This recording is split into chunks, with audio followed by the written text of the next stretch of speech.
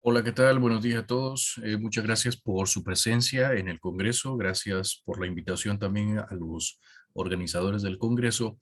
Hoy en esta presentación vamos a hablar sobre los usos de ketamina en psiquiatría. Este es un tema que ha tenido un poco de auge, está muy en boga en la psiquiatría como parte de estos nuevos tratamientos que están siendo alternativos para algunas condiciones médicas en psiquiatría. El día de hoy, entonces, el objetivo será ese. No declaro ningún conflicto de interés, ninguna relación comercial entre mi persona y organizaciones con fines de lucro. El objetivo, entonces, es primero evidenciar el mecanismo de acción para ketamina en psiquiatría. ¿Cuál es el razonamiento detrás de su uso? O bueno, lo que se ha propuesto de cómo puede utilizarse o de por qué puede utilizarse. Lo segundo es reconocer cuáles son los escenarios clínicos en donde se puede utilizar la ketamina y en donde se ha utilizado, cuál ha sido la evidencia principalmente de estos usos. Además de proveer lineamientos básicos de uso de la sustancia y una vigilancia para la misma. La ketamina es una sustancia que en realidad es una mezcla racémica de dos enantiómeros, es decir, los dos enantiómeros coexisten. Estos dos enantiómeros únicamente difieren de la posición de algunas estructuras químicas. El caso de la S-ketamina y de la R-ketamina. La S-ketamina es el enantiómero que se une más potentemente al receptor NMDA y que recientemente se ha aprobado por la FDA para su uso en depresión difícil de tratar y en ideación suicida. Hoy vamos a hablar de la ketamina, es decir, de la mezcla racémica y no específicamente de la S-ketamina o S-ketamina, como es el nombre con el que se ha comercializado. Hay algunos mecanismos propuestos de acción, con esto vamos a empezar ahorita, que giran en torno básicamente a tres receptores. El primero es el receptor opioide. Se sabe que la ketamina es un agonista del receptor opioide y esto puede explicar su eficacia para el dolor agudo. Además de los fines anestésicos, la ketamina también se ha utilizado para el control de dolor agudo. La evidencia ha mostrado también que el uso concomitante con naltrexona inhibe la capacidad antidepresiva de ketamina. Estos en algunos estudios más recientes donde se ha demostrado que la naltrexona, que es un inhibidor opioide, inhibe la capacidad antidepresiva de ketamina y se cree que es a través de estos receptores. Además, también intervienen los receptores NMDA y AMPA que tienen que ver con glutamato. Entonces, el mecanismo de acción de la ketamina comienza con su unión en el sitio de la fenciclidina en los canales iónicos y lo que hace básicamente la ketamina es bloquear el canal del receptor NMDA.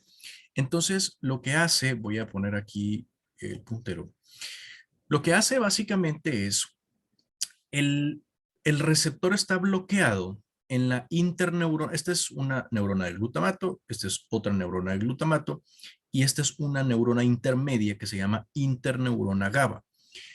La interneurona GABA lo que hace es modular la respuesta entre neuronas de glutamato. Entonces, al bloquear los receptores de glutamato, es decir, al bloquear el canal NMDA, el receptor NMDA, la interneurona no envía el impulso hacia la siguiente neurona.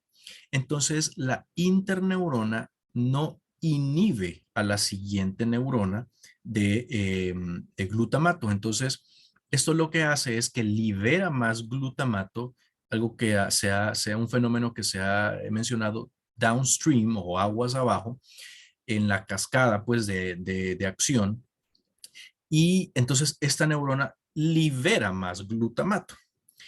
Esto también tiene un efecto sobre algunos factores, otras sustancias, como el factor de elongación eucariótico, y lo que ocasiona con esto es que la liberación de glutamato, de esta segunda neurona de glutamato, bloquea el receptor NMDA en la siguiente neurona.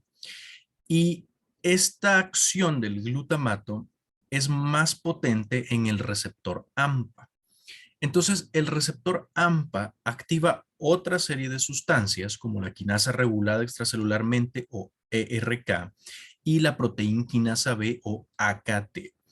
Este aumento en la transmisión del receptor AMPA y este bloqueo en el receptor NMDA a través de glutamato, lo que ocasiona es que estas sustancias aumentan la producción de esta sustancia que se llama mTOR o blanco de rapamicina en mamíferos. Y este mTOR es importante porque es un regulador de crecimiento y metabolismo neuronal. Entonces, ¿cuál es el efecto de que el glutamato aumente la transmisión del receptor AMPA y bloquee la transmisión en el receptor NMDA y que finalmente la cascada aumente la sustancia del mTOR? Lo que hace el mTOR, como es un regulador de crecimiento y metabolismo, aumenta la densidad de las espinas dendríticas. Y esto se cree o se ha propuesto que es uno de los mecanismos de antidepresivos agudos de la ketamina. Por lo que el glutamato participa en la regulación del afecto a través de la neuroplasticidad. Básicamente lo que la ketamina hace es mejorar la neuroplasticidad a través de las espinas dendríticas en las neuronas en el sistema nervioso central. Em, ¿A través de cómo? De reducir la inhibición del glutamato en las, reducir la inhibición de las interneuronas GABA de glutamato a través de ese antagonismo NMDA. Entonces se aumentan estas sustancias que mejoran la neuroplasticidad.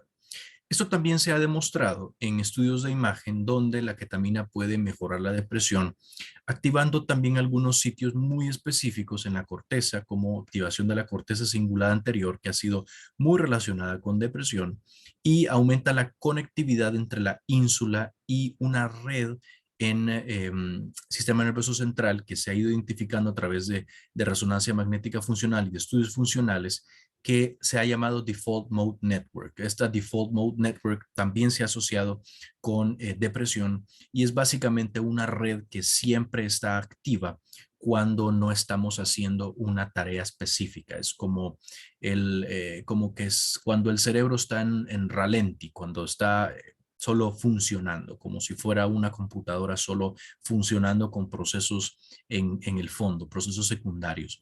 Este Default Mode Network también se ha asociado con procesos demenciales. Entonces, lo que han encontrado en este estudio en particular, publicado por Mu Hong en el 2018, es que la activación de esta corteza o de esta conectividad es dosis dependiente.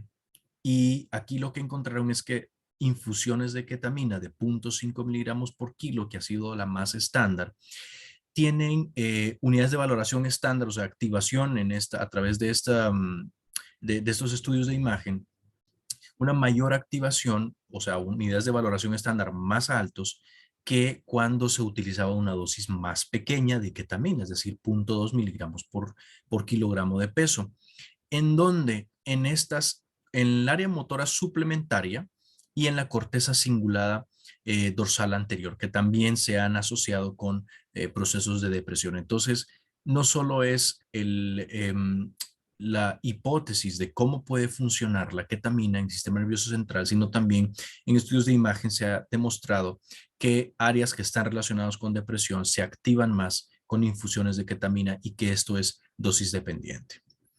Sobre los usos de ketamina, que es lo que más se ha descrito en la literatura, o bueno, que más se ha utilizado la ketamina en psiquiatría, ha sido para poblaciones con episodios depresivos mayores sin síntomas psicóticos, esto es bien importante, en depresión bipolar hay información sobre esto, en ideación suicida y básicamente para síntomas agudos porque se han evaluado la respuesta robusta inicial de la ketamina, sobre todo en la primera semana. Las primeras 72 horas ha sido donde la mayor evidencia se ha encontrado.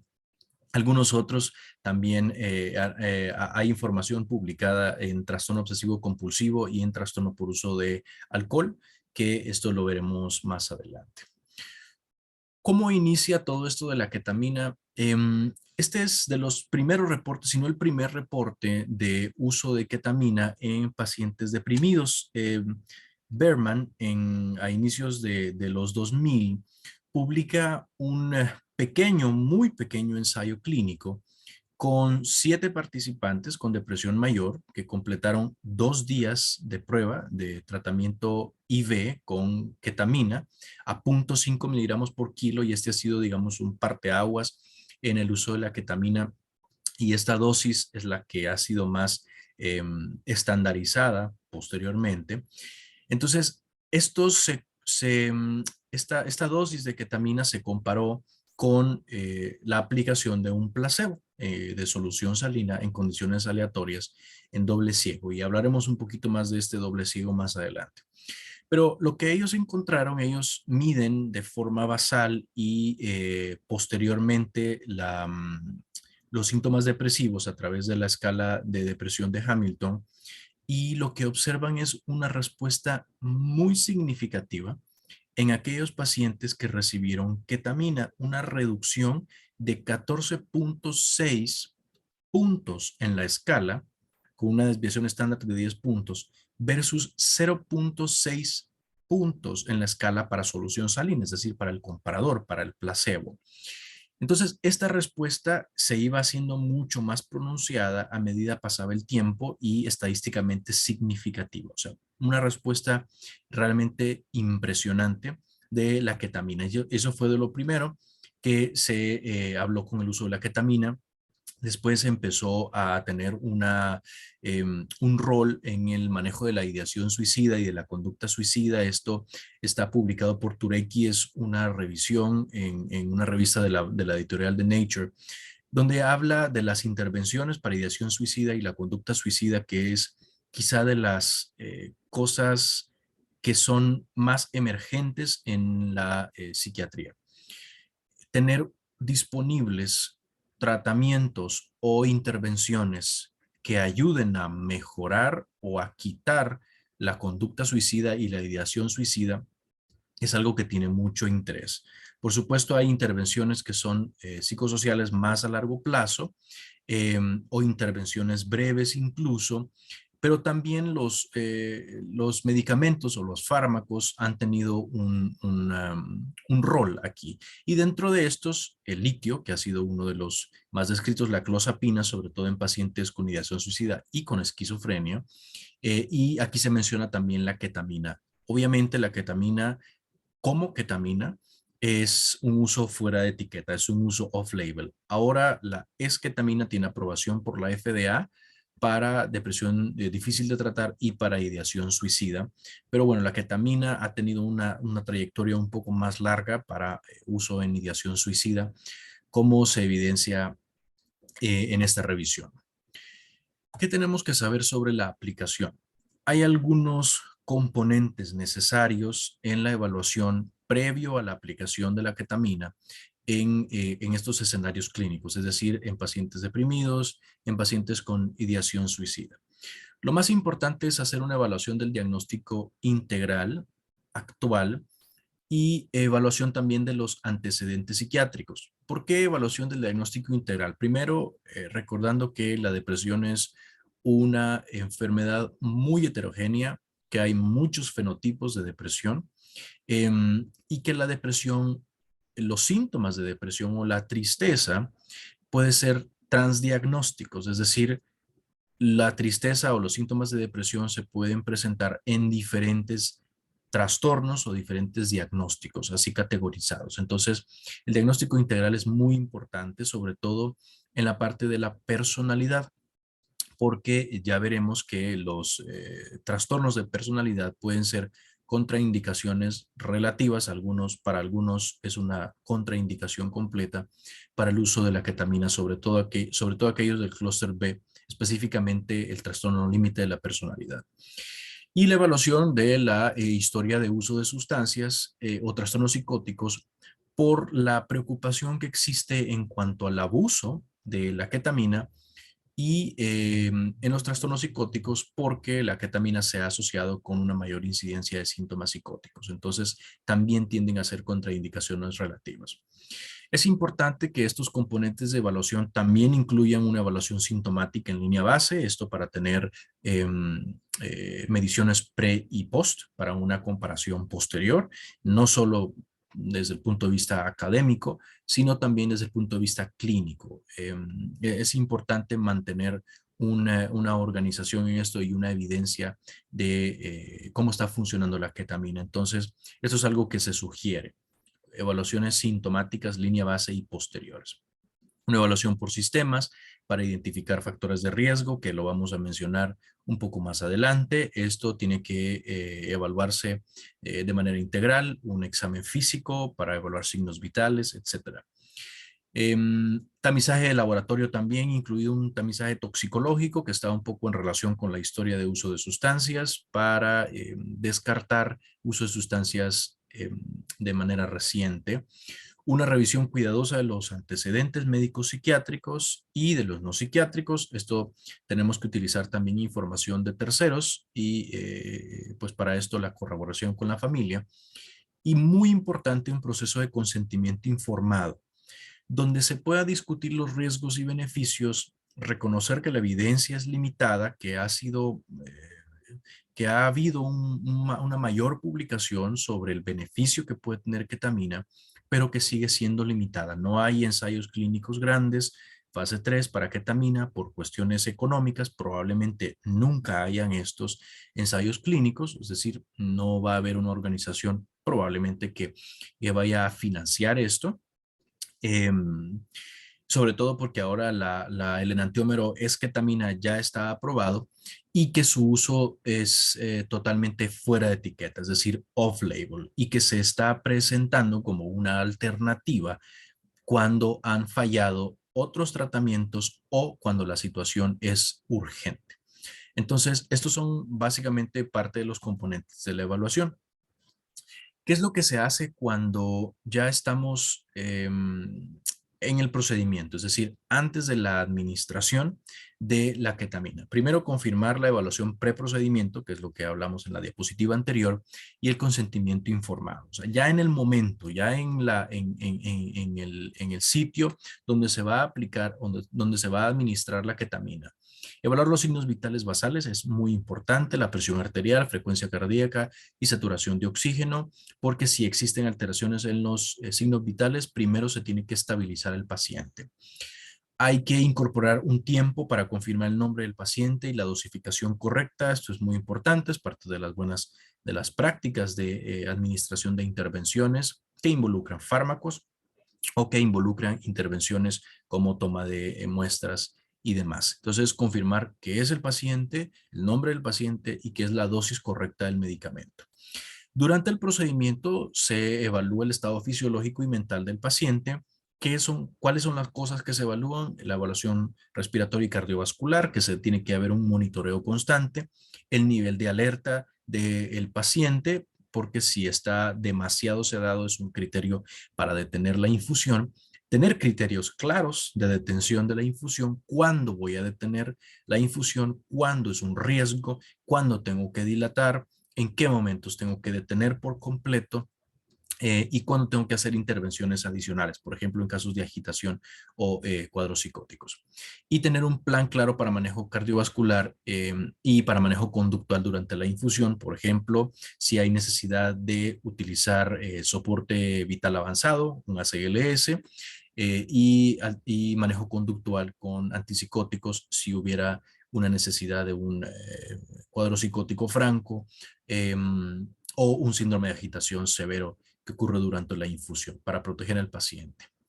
Ya durante la administración de ketamina, conocer los efectos cardiovasculares, la necesidad de ACLS, que eso lo vimos previamente, o sea, ahorita estamos viendo cómo es el progreso. Básicamente lo que se tiene que hacer es primero preprocedimiento, luego pre, eh, primero preevaluación, después preprocedimiento, ahora ya durante el procedimiento en la administración de ketamina, siempre tener pendiente cuáles son los posibles efectos secundarios, conocer que los efectos disociativos están muy presentes, los psicótico-miméticos también, que pueden alterar el estado mental y que requieran manejo conductual del paciente, es importante que después de la administración haya una reevaluación pronta.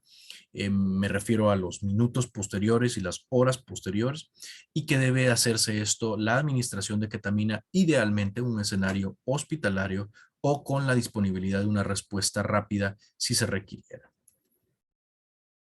En cuanto a la dosis, la mayoría de ensayos clínicos han reportado el uso de ketamina a dosis de 0.5 miligramos por kilo IV diluido en 100 cc de solución salina durante 40 minutos, es decir, se pasa de forma un poco más lenta, que esto fue lo originalmente reportado en Berman et al, que lo vimos hace algunas diapositivas. Hay un metaanálisis de 6 ensayos clínicos publicado por Jing Xu y su equipo, donde compararon diferentes dosis de ketamina, ya sea a 0.5 miligramos IV por 40 minutos, que eso fue lo estándar, 0.1 miligramos por kilo IV, 50 miligramos intranasal, de 0.1 a 0.4 miligramos por kilo IV y también de 0.1 a 0.5 miligramos por kilo, pero por otra vía de administración parenteral que era IM o subcutánea. Lo que ellos encontraron es que las dosis de ketamina comparadas en baja dosis y muy baja dosis, al día 1, al día 3 y al día 7, mostraba un mejor efecto, una mayor reducción de síntomas para los estudios de baja dosis, o sea, los estudios de 0.5 miligramos por kilo, donde aquí observamos el diamante. Estos son medidas continuas, estas son diferencia de medias estandarizadas, ya sea de la escala Montgomery-Åsberg o la escala de Hamilton. Entonces, lo que se encontró es que la reducción de la sintomatología depresiva era mucho más pronunciada al día 1, al día 3 y al día 7 para la dosis baja, es decir, 0.5 miligramos, que para dosis más bajas que esa, donde se encontraba este diamante ya que cruzaba la línea nula de efecto, que en este caso, como es una variable continua, la línea nula de efecto es 0. Encontramos que no había una respuesta tan significativa. Cuando se combinaban la baja dosis y muy baja dosis, el efecto de la baja dosis era tan grande que hacía que el diamante estuviera siempre favoreciendo a la ketamina en el día 1 y el día 3, pero ya no tanto para el día 7. Entonces, esto lo que hace es justificar que la dosis de ketamina más adecuada sea baja dosis, o sea, siempre dosis subanestésicas, pero no tan bajas como menos de 0.5 miligramos por kilo. Esto fue al día 7. Esto ya son medidas, ya no medidas continuas, sino que son medidas relativas. Aquí lo que se encontró es una razón de riesgo para mejoría, o sea, razón de riesgo para que mejore, para que remita la depresión, que favorece a las bajas dosis, ya para el día 7, a las bajas dosis de ketamina, es decir, 0.5 miligramos por kilo, y no tanto para las dosis más bajas de 0.1 miligramos por kilo, donde los RRs cruzaban su intervalo de confianza, la línea nula de efecto, que era 1, y esto para el día 7. Y aquí observamos en lo que publicó Zarate, que es uno de los autores que son más sonados en el uso de la ketamina para síntomas depresivos, y con Díaz Granados y Murrow y SOS, un RR de 3.4 estadísticamente significativo, es decir, su intervalo de confianza no cruza la línea nula de efecto para dosis baja de ketamina. Luego, ¿qué hacer después de la administración? Ya vimos en esta progresión preevaluación, preprocedimiento, administración y ahora las evaluaciones de seguimiento. Ya vimos la dosificación que se ha utilizado con más frecuencia, y luego, ¿qué hay que hacer después de esto? Solo voy a hacer una infusión, voy a hacer más de una infusión. ¿Qué es lo que dice la evidencia? La evidencia dice que hay pocos estudios que avalan el uso de infusiones repetidas en el corto y o largo plazo.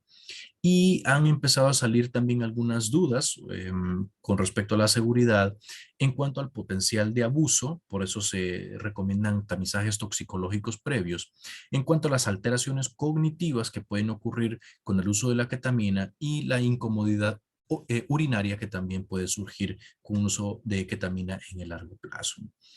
No hay información realmente de la eficacia y la seguridad de ketamina a largo plazo, no más allá de 2 semanas, un mes.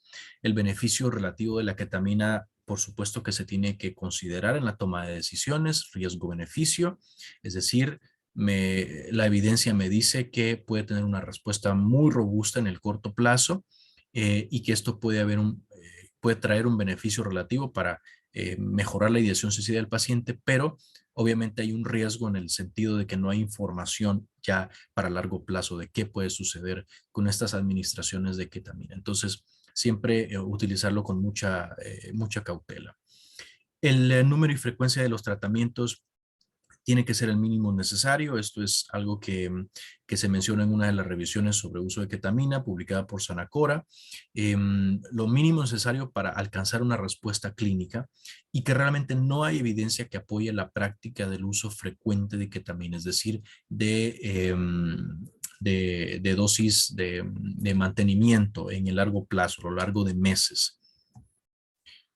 Hay un estudio publicado por Singh donde ellos también se hicieron esta pregunta, ¿qué tanto es tanto de ketamina? Entonces, ellos comparan dos grupos donde administran ketamina a dosis estándar en una dosificación de 2 veces por semana versus una dosificación de 3 veces por semana.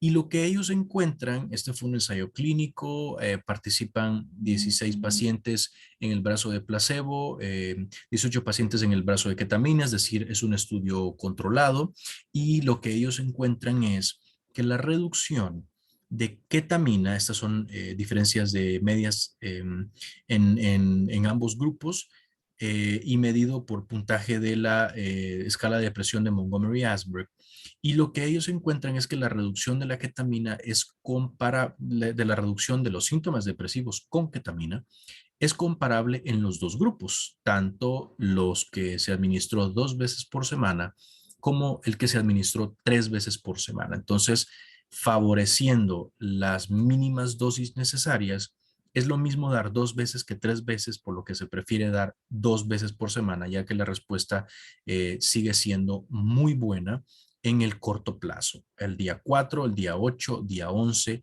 y en el día 15, donde se observa que la reducción es mucho más pronunciada para ketamina y esto fue similar en los dos grupos. Entonces, no hay una necesidad, básicamente la conclusión de Singh es no hay una necesidad de dar 3 veces por semana cuando puedo alcanzar la misma respuesta con 2 veces por semana.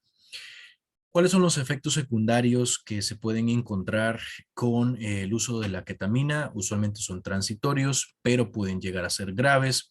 La disociación es uno de estos efectos secundarios. Sentirse extraño, los síntomas psicóticos que pueden ser graves, alteraciones cardiovasculares como taquicardia o hipertensión arterial, incluso urgencia o emergencias hipertensivas, dificultad para quedarse dormido o incluso sedación intensa, mareo, desmayo y en el caso de enfermedad bipolar, que también se ha publicado información de episodios depresivos bipolares, un riesgo de viraje a manía o hipomanía. Esta es dentro del estudio de Singh que comparó estos grupos de ketamina versus placebo, ya sea 2 veces o 3 veces por semana. Algunos de los eventos que más frecuentemente se encontraban, es decir, en el más de 20% de pacientes en cualquier grupo, fueron cefalea, ansiedad, disociación, náusea y mareo. Y dentro de los eventos serios reportados, ansiedad e intento suicida. Incluso esto se observó el intento suicida en un paciente que se aplicó ketamina 2 veces por semana. Em, y los efectos secundarios que llevaron a discontinuación de la aplicación de ketamina fueron igual ansiedad, mareo, paranoia, alteraciones cardiovasculares, irritabilidad e hipoestesia. Esto es de un ensayo clínico donde se compararon ya un poco más de pacientes, 73 pacientes en un brazo de ketamina versus 83 pacientes en el brazo de placebo en un periodo de 72 horas. Y lo que se encuentra aquí es que los eventos compartían algunos eventos, como por ejemplo la sedación, como por ejemplo la náusea, por ejemplo el vómito y la boca seca entre placebo y ketamina, comparables a algunos eventos, como por ejemplo vómito y boca seca entre los dos grupos, pero la sedación sí un poquito mayor en cuanto a porcentaje para ketamina y algunos mayores efectos para ketamina que no se observaron en placebo, como alucinaciones, como agitación, como visión borrosa, como temblor, como taquicardia, como hipotensión. Entonces, son de estos efectos secundarios que tienen que mantenerse en vigilancia durante la aplicación, o esto es lo que se ha propuesto. Con respecto ya a algunos detalles de la aplicación de ketamina, la interacción medicamentosa de la ketamina es relativamente segura con todos los antidepresivos. De hecho, se puede utilizar de forma simultánea con la mayoría de los antidepresivos estándar, sin que esto signifique que van a reducir la eficacia ni aumentar los efectos secundarios de los mismos. Sí hay algunos comentarios sobre el uso de las benzodiazepinas de manera concomitante que pueden interferir con la respuesta a la ketamina. Ya recordábamos que la ketamina actúa sobre interneuronas GABA. Entonces, las benzodiazepinas pueden alterar este bloqueo de la interneurona GABA, que eventualmente lleva a una liberación mayor de glutamato que bloquea el receptor NMDA y aumenta la transmisión en el receptor AMPA. De hecho, hay ensayos clínicos que han sugerido retener o detener la aplicación de benzodiazepinas 24 horas preinfusión, incluso algunos protocolos que detienen no solo la benzodiazepina, sino los antipsicóticos. En general, los antidepresivos no se detienen, ¿no? Ni se recomienda detener. Muy importante que la ketamina es metabolizada principalmente por los citocromos 2B6 y 3A4. Este llama más la atención 3A4, que es uno de los que más frecuentemente se ven como enzimas metabolizadores de los psicotrópicos. Y bueno, dentro de la administración también, yo les hablaba que es importante tener algunos criterios claros para detener la infusión. Dentro de estos, los cardiovasculares son los que más se mencionan, por ejemplo, una presión arterial mayor a 180-110 y o que hayan síntomas asociados a urgencia o emergencia hipertensiva, frecuencia cardíaca mayor de 120 latidos por minuto durante más de 5 minutos, una saturación de oxígeno menor a 92%, una sedación intensa, ya sea utilizando la escala modificada de alerta y sedación del observador, el MOAS, o el RAS, que es una escala muy utilizada en Hospital General, en unidades de cuidados intensivos, donde ambas escalas sea comparable con una sedación más allá de que el paciente se despierte con la voz únicamente, es decir, que haya que estimular al paciente, o la presencia de cianosis, dolor cardíaco agudo o palidez. Con el procedimiento, recuerden la evaluación preinfusión, el consentimiento informado, tener por lo menos 8 horas de ayuno, no utilizar benzodiazepinas o antipsicóticos previamente. Esto es lo que se ha sugerido en algunos protocolos de aplicación.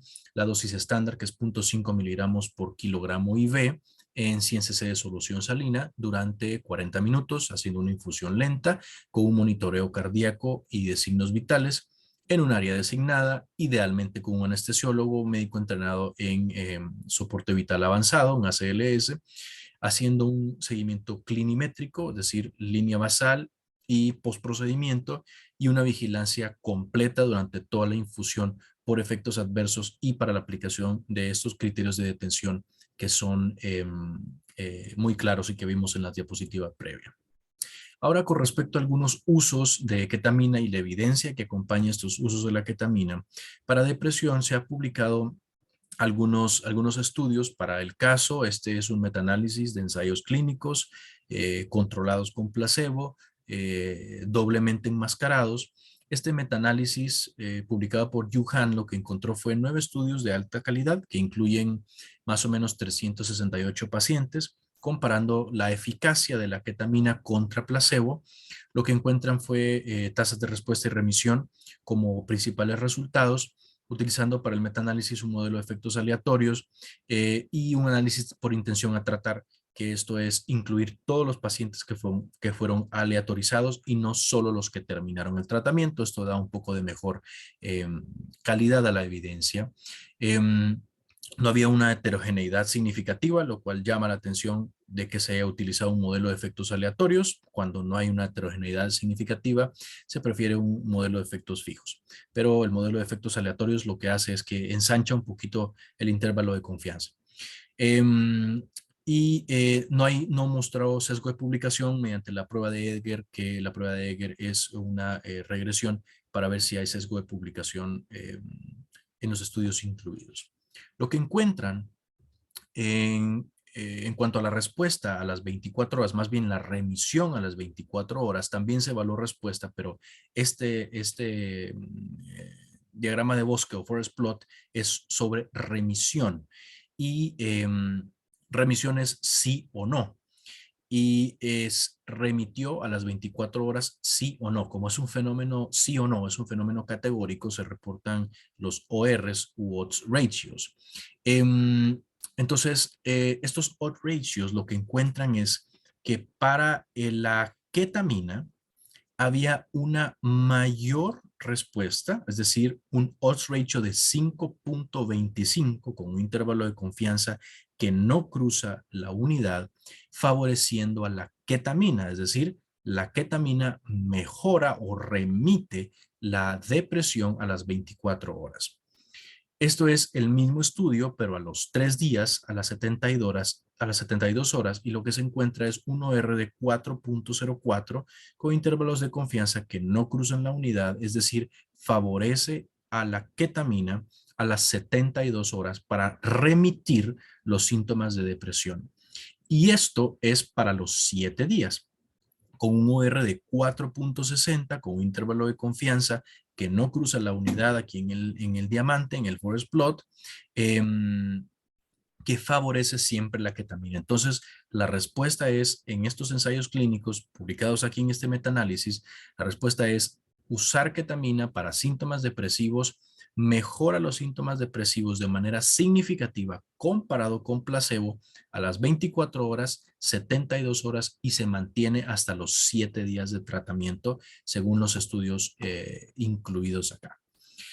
Esto resume básicamente lo que se ha publicado para depresión. O sea, el metaanálisis recoge los ensayos clínicos que se han publicado para depresión. Ahora, con respecto a ideación suicida, existe este bonito estudio publicado en el British Medical Journal y este abstract es el abstract visual, donde se utilizó ketamina para ideación suicida y aquí prácticamente lo que se confirma es el efecto a corto plazo que es relativamente seguro de la ketamina. El diseño fue un ensayo clínico controlado, doble ciego, se excluyeron pacientes con trastornos psicóticos y con abuso de sustancias.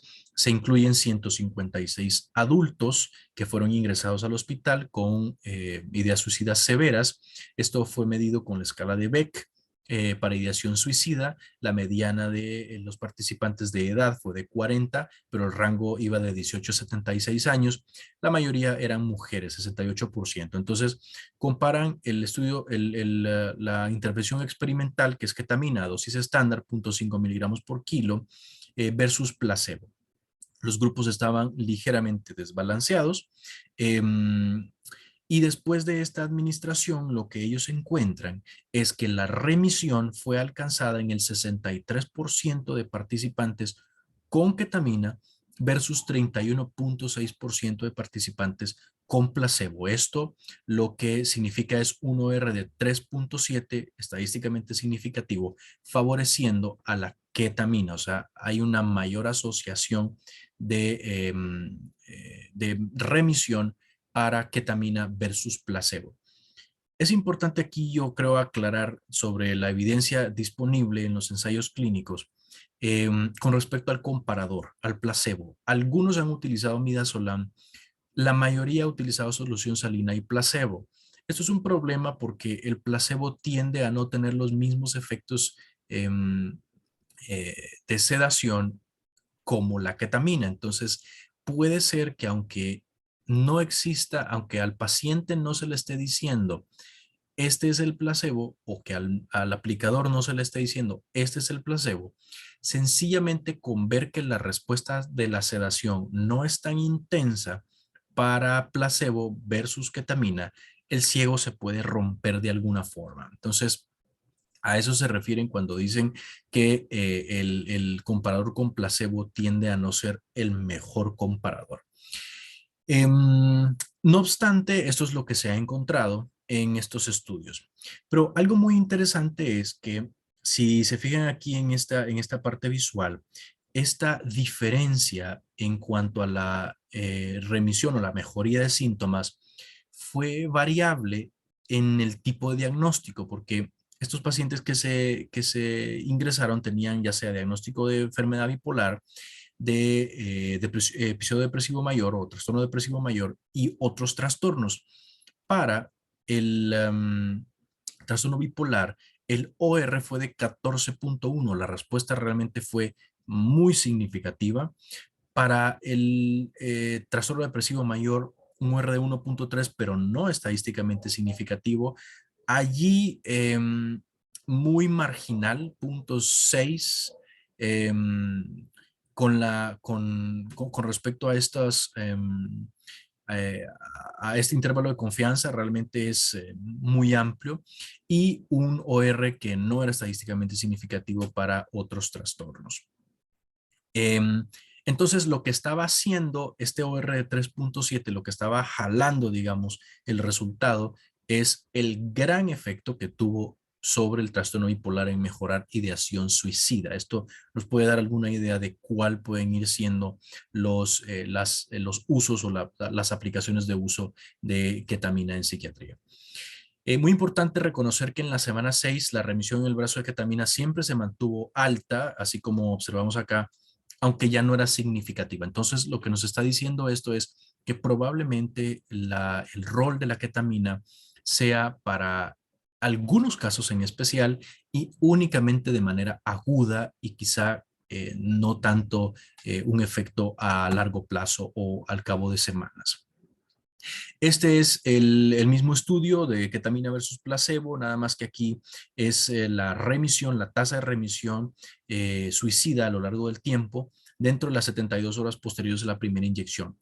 Aquí remisión lo llaman como una puntuación menor de 3, o sea, aquí el fenómeno es sí o no, es remitió o no remitió, con un punto de corte menor a 3 en la escala de Beck, en la versión calificada por el médico, y lo que encuentran es que a las 72 horas, recuerden que lo que les decía, a las 6 semanas quizá no, pero que la remisión a las 72 horas era muy importante para ketamina, o sea, más de un 60% de remisión versus alrededor de un 30% de remisión para placebo, que fueron los datos que presenté en la diapositiva previa, y que habla de un efecto agudo en uso de ketamina.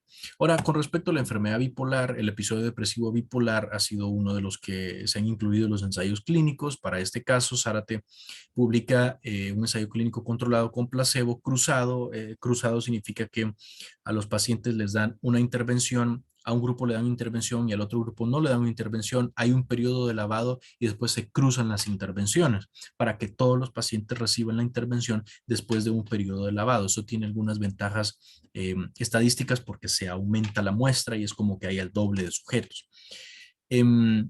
Estos sujetos recibían litio o valproato a dosis terapéuticas, es decir, ketamina se utilizó adicionalmente al litio o valproato. Se incluyen 15 sujetos con diagnóstico de trastorno bipolar tipo 1 o tipo 2 según DSM-4.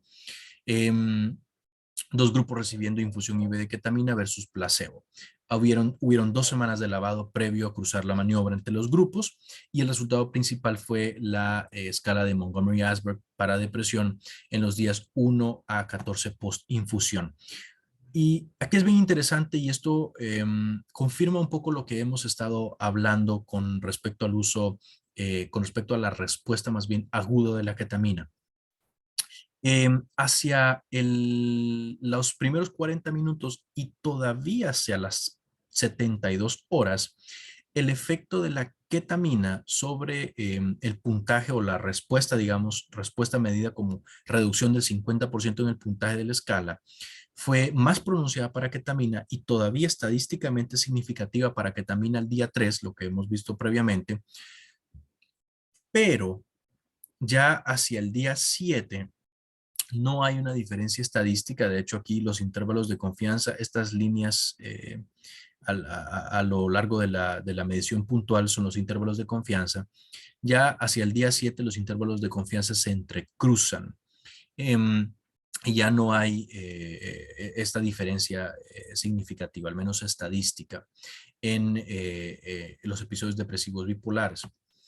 Ahora, si lo separamos según el tipo de diagnóstico de enfermedad bipolar tipo 1 y tipo 2, encontramos lo mismo, es la misma respuesta, mucho más pronunciado hacia los 40 minutos, todavía estadísticamente significativo. Esto es parte del subanálisis de este ensayo clínico, todavía significativa hacia el día 3 en los dos, bipolar tipo 1 y tipo 2, y ya las líneas se entrecruzan después de eso. Entonces, lo que está diciendo esto es que quizá la evidencia es más robusta para un efecto agudo de la ketamina en las primeras 72 horas y no tanto para los días posteriores. Esto es en cuanto a la ideación suicida. Eso era las gráficas anteriores, era en cuanto a la reducción o remisión de síntomas depresivos. Esto es en cuanto a la ideación suicida y se observa un fenómeno similar. Hace los 40 minutos, la respuesta más pronunciada. Esto es en la subescala de ideas suicidas, siempre de la escala de depresión de Montgomery-Åsberg. Y se mantiene significativa hacia el día 3 y luego estas líneas se entrecruzan, donde ya la ketamina pierde, digamos, esta efectividad en los días posteriores, y que ha sido un poco de las justificaciones de por qué repetir dosis por mientras se observa la respuesta terapéutica de los otros medicamentos, litio, valproato o antidepresivos en estos pacientes. Ahora, ¿cuál es la evidencia para trastorno por uso de alcohol? Depresión e ideación suicida ha sido lo que más se ha publicado para uso de ketamina, pero para trastorno por uso de alcohol también hay alguna evidencia. Primero, definir a qué nos referimos con trastorno por uso de alcohol. Según el NIH, es una afección que se caracteriza por tener una capacidad disminuida de tener o controlar el consumo de alcohol, a pesar de las consecuencias adversas sociales, ocupacionales o de salud. Esto se modificó del DSM-4 al DSM-5 para abarcar las condiciones de abuso, dependencia y adicción. El trastorno por uso de alcohol, algunos riesgos es consumo de edad temprana, la genética de antecedentes familiares, afecciones en salud mental, es decir, comorbilidades en salud mental, lo que se llama patología dual, y antecedentes de trauma, sobre todo infantiles. Los criterios del DSM-5, es decir, para trastorno por uso de alcohol, que ya engloba todas estas condiciones previas que se separaban en el DSM-4, es mayor cantidad o frecuencia de consumo, imposibilidad de reducir, un consumo prolongado, un deseo intenso, que interfiera en estos ámbitos sociales y familiares, laborales, que abandone actividades importantes, que se exponga a situaciones peligrosas, que empeore los síntomas emocionales, que haya fenómeno de tolerancia y de abstinencia. Importante para el trastorno por uso de alcohol que los medicamentos aprobados por la FDA han sido naltrexona, camprosato y disulfiram, y tratamientos conductuales que incluyen intervenciones breves, terapia cognitivo-conductual y mindfulness, así como los grupos de apoyo mutuo como Alcohólicos Anónimos. ¿Por qué la ketamina tiene cuál es el razonamiento detrás del uso de la ketamina en este trastorno en particular? Porque se ha publicado mucho sobre la neurobiología del trastorno por uso de alcohol. Sabemos dentro de esta perspectiva de las enfermedades mentales que son muy heterogéneas, que hay aspectos biológicos y aspectos psicosociales. No se trata de reducir todas estas enfermedades mentales a fenómenos puramente biológicos. Se sabe que hay una participación enorme de factores psicosociales, pero siempre hay una búsqueda de cómo puede participar el fármaco en la mejoría de síntomas. Entonces, en esa búsqueda, los sistemas neurobiológicos son algunos de los que son financiados para poder encontrar esta mejoría farmacológica. Y algunos de los sistemas neurotransmisores de los que se ha publicado ha sido de los sistemas que involucran la dopamina, la acetilcolina, la noradrenalina, la serotonina, el sistema opioide, que esto tiene que ver con la ketamina, el sistema GABA, donde también participan las interneuronas en ketamina, y el glutamato, que es uno de de estas hipótesis hacia donde actúa la ketamina. Entonces, en base a esto es que la ketamina también ha tenido, digamos, eh, una idea de que puede utilizarse. Por otro lado, el glutamato y alcohol también están relacionados. El etanol tiene efectos similares a los antagonistas NMDA. De hecho, el antagonismo NMDA produce efectos similares al alcohol. La exposición aguda al alcohol inhibe la señalización glutamatérgica, y la exposición crónica al alcohol y la posterior retirada genera un estado hiperglutamatérgico. Entonces, han sido parte de estas eh, características o que ha justificado que se utilice la ketamina en trastorno por uso de alcohol. En cuanto a los receptores NMDA, se sabe que la disregulación glutamatérgica altera la plasticidad sináptica y la neurogénesis hipocampal, que los receptores NMDA están involucrados en la plasticidad sináptica y la formación de memorias, y que el alcohol induce cambios en los receptores NMDA que contribuyen a respuestas maladaptativas a búsqueda y craving. Aquí básicamente lo que se está diciendo es, el alcohol me cambia la forma en la que están funcionando estos receptores NMDA, y que esto puede alterar la neuroplasticidad a través de qué? De la neurogénesis hipocampal, y que esto me va a afectar la formación de memorias, y que la formación de memorias alterada puede ocasionar respuestas maladaptativas hacia el alcohol, búsqueda y craving. Entonces, en este proceso, en esta lógica, es donde se ha dicho, ¿será que ketamina puede mejorar la respuesta maladaptativa en el uso de alcohol? ¿Por qué? Porque como el alcohol inhibe la neurogénesis hipocampal, y esto en estudios preclínicos, la disrupción en la neurogénesis puede representar un aprendizaje maladaptativo que se asocia al craving. De hecho, las alteraciones de la neurogénesis hipocampal son comunes en tanto en el trastorno por uso de alcohol, como en la depresión, como en el trastorno de estrés postraumático, que son de las áreas donde se ha utilizado la ketamina. Entonces, esto lo que ha llevado es, ¿será que la ketamina tiene una participación aquí también? Otro tema es el de la plasticidad sináptica, y es que el uso de alcohol se asocia con alteraciones de la plasticidad y una menor flexibilidad cognitiva. Esto se ha sabido. Los pacientes tienden a ser muy rígidos cognitivamente, y que esta plasticidad es regulada por el sistema glutamatérgico. Recordemos un poco el mecanismo de acción de la ketamina, que nos hablaba de la plasticidad sináptica, regulada por el sistema glutamatérgico. El alcohol aumenta la sensibilidad de los receptores NMDA en diferentes sitios en el sistema nervioso central, como por ejemplo en la amígdala, y se asocia con estrés y ansiedad que pueden promover un consumo continuado. Esto se relaciona un poco con la hipótesis de la automedicación. Mayor estrés, mayor ansiedad, mayor uso de alcohol, que me lleva a ese ciclo de mayor estrés y mayor ansiedad, y puede promover un consumo continuado. Ahora, con respecto a las memorias maladaptativas, la reconsolidación es un proceso de mantenimiento de la memoria.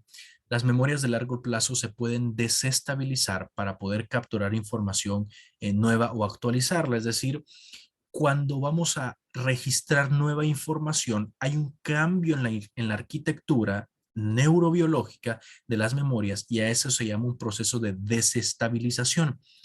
Una vez que se desestabiliza la memoria, toda una serie de cascada de proteínas que incluyen receptores que están asociados al glutamato, que son mediados por los receptores NMDA, reorganizan la estructura sináptica y reestabiliza y reconsolida las memorias. Entonces, lo que se ha propuesto es, ¿será que la ketamina puede mantener esta memoria desestabilizada para alterar las memorias maladaptativas que ya se han consolidado por el uso de alcohol? Entonces, esa es la propuesta de cómo funcionaría la ketamina en el trastorno por uso de alcohol, modulando la plasticidad sináptica, mitigando el aprendizaje maladaptativo, revirtiendo de alguna forma la función incrementada de los receptores NMDA en amígdala, aumentando la neurogénesis, aumentando la neuroplasticidad, ya que aumenta los niveles de factor neurotrófico derivado cerebral o BDNF, y esto puede mejorar la conectividad neural. Esto no solo es hipótesis, hay algunos estudios clínicos, por ejemplo, Dakwar tuvo un diseño de un ensayo clínico controlado, aleatorizado, enmascarado, fue piloto, fueron pocos pacientes, 40 pacientes, 17 asignados a la intervención versus 23 asignados a un control. La población tenía una media de 53 años, la mayoría blancos, empleados que tenían trastorno por uso de alcohol, donde la intervención fue ketamina a una dosis de 0.71 miligramos por kilo, más terapia motivacional. Aquí ellos utilizan midazolam un poco para mitigar esta respuesta poca respuesta más bien del placebo inactivo. Ellos utilizan midazolam más la terapia motivacional y lo que encuentran es una menor probabilidad de uso de alcohol a los 21 días, de 47.1% de uso de alcohol versus 59.1% para midazolam, y un mayor tiempo a la recaída para los que habían recibido ketamina.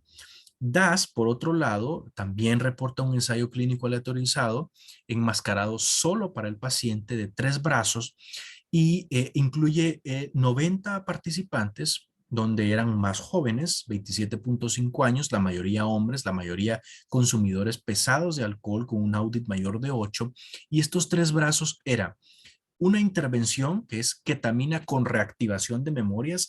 A esto se refiere cuando decían desestabilizar las memorias porque reactiva la memoria del consumo, meten la ketamina como una intervención, desestabiliza la memoria, quita, digamos, esta memoria maladaptativa, eso es lo que la hipótesis dice, y puedo reconsolidar memorias para que ya no haya una búsqueda y para que ya no haya un craving. Entonces, lo que encuentran es la intervención es ketamina con reactivación de memorias. Básicamente aquí la maniobra es ketamina y la reactivación de memorias, con el comparador que es ketamina sin reactivación de memorias, y un tercer brazo que es otro comparador que es placebo, nada más con solución salina. Lo que encuentran es que la intervención redujo el número de días de consumo por semana, redujo la cantidad de alcohol a la mitad, redujo la urgencia de consumo y redujo la urgencia de continuar el consumo para ketamina con reactivación de memorias.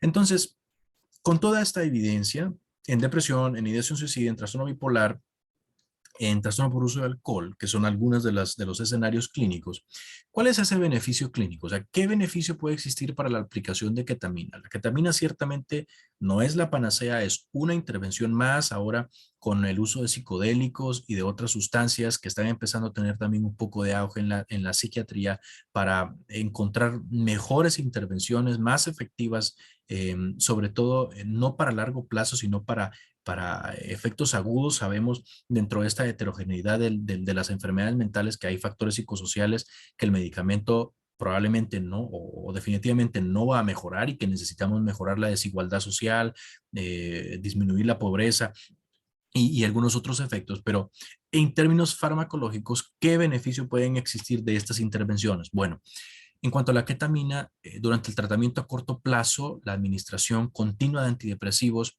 y el uso de ketamina en este corto plazo puede ayudar a los pacientes a mejorar de manera aguda y a poder hacer una transición un poco mejor, más suave, de ketamina al tratamiento de mantenimiento. Es decir, cómo no poder tener una intervención que de forma aguda, las primeras 72 horas, a veces hasta los 7 días, reportado en algunos ensayos clínicos, para ideación suicida severa. Entonces, estamos viendo que el beneficio se puede girar hacia intervenciones agudas, o sea, cosas de emergencia o incluso condiciones de difícil tratamiento. Cuando hay depresión de difícil tratamiento, también puede ser una opción.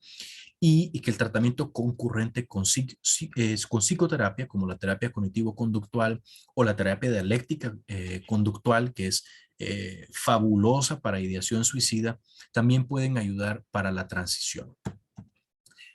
Obviamente hay limitaciones de la evidencia, no hay guías publicadas para la práctica clínica. Las guías CANMAT, por ejemplo, mencionan como una intervención fuera de etiqueta que pudiera tener un beneficio, y otras guías, guías europeas y guías de Nueva Zelanda están muy limitadas por temas de la legislación. Entonces, no hay guías publicadas para la práctica clínica.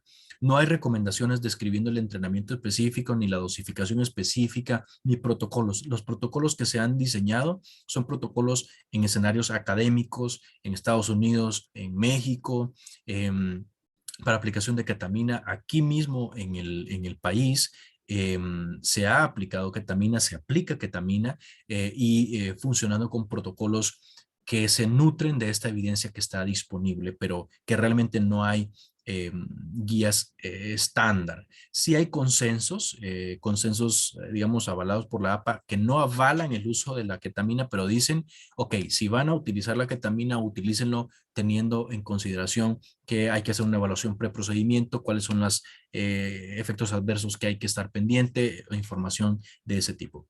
La información publicada es de baja o muy baja calidad. Aunque los ensayos clínicos se hayan publicado, realmente no podemos estar seguros que el comparador de placebo, por ejemplo, sea el mejor comparador. Y que este placebo ha sido el comparador habitual. Entonces, se necesitarían mejores ensayos clínicos, mejor diseñados, fase 3, es decir, poblaciones grandes, hablando de miles de personas, sí. Pero es un tema económico también. Nadie va a financiar estos ensayos clínicos. Se están financiando para esketamina, ya la esketamina está aprobada, pero la ketamina es un medicamento que pues a nadie le interesa. Es muy barato o es más barato, a nadie le interesa decir sí, sí me funciona para depresión, pero por eso está empezando a surgir un poco esta evidencia de manera independiente. Entonces, la ketamina, para ir finalizando, parece tener una evidencia suficiente para considerar emplearla en algunos pacientes con algunos usos específicos y con alguna vigilancia específica, saber que el uso es off-label, que es, digamos, una opción más, o que puede ser una opción más, que los procedimientos de aplicación tienen que hacerse con una cuidadosa valoración de riesgos-beneficios, es decir, siempre incluir un consentimiento informado, siempre escribirlo, hablar con el paciente, discutir qué opciones hay y proponerlo como una terapia experimental. Y que se necesita, por supuesto, un modelo integrado que promueva la sinergia entre el tratamiento conductual y farmacológico, reconociendo que hay factores fuera de lo estrictamente neurobiológico y que se necesitan intervenciones más a largo plazo para mantener esta respuesta eh, antisuicida o antidepresiva o anticonsumo de alcohol, y no reducirlo únicamente a estrategias farmacológicas. Les agradezco mucho por su atención. Dejo por aquí mis datos por cualquier comunicación para responder sus preguntas y nos estaremos viendo. Muchas gracias.